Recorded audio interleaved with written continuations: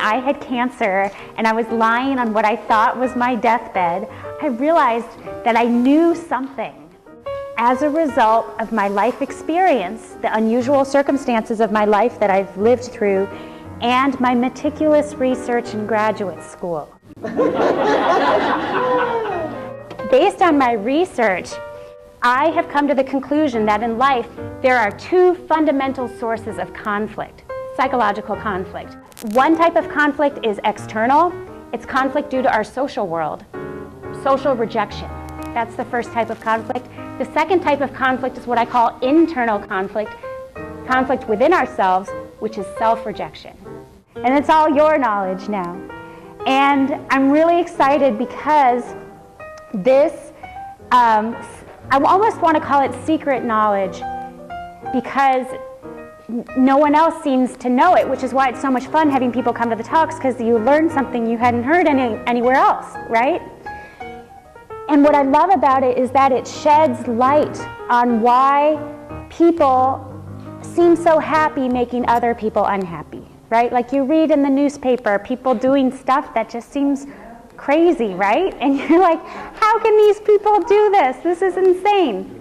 Well, now I feel like I understand, and I'm going to share with you that understanding today. Hey, you have to be the judge. You know, I can't tell you what the truth is. We all have to pick and choose what resonates with our own hearts.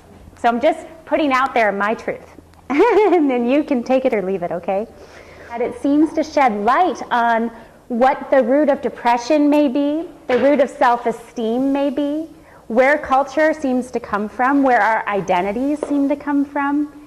And astonishingly, and I'm not kidding, it seems to point to the truth of ultimate truth. If the theory is true, and if this theory I'm sharing with you is true, again, it has to resonate with your own heart.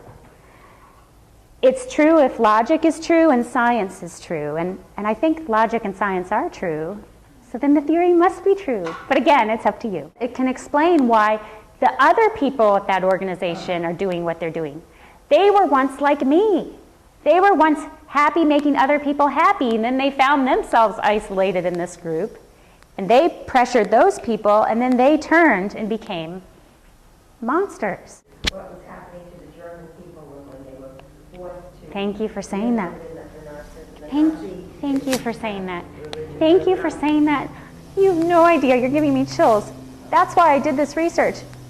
I mean, it wasn't only my personal experience. It was having read. I read before I went to graduate school, before I was even planning to go to graduate school. I read like the Time Life series all about World War I and World War II. And I came to realize, you know, we got to understand this. We got to understand what happened.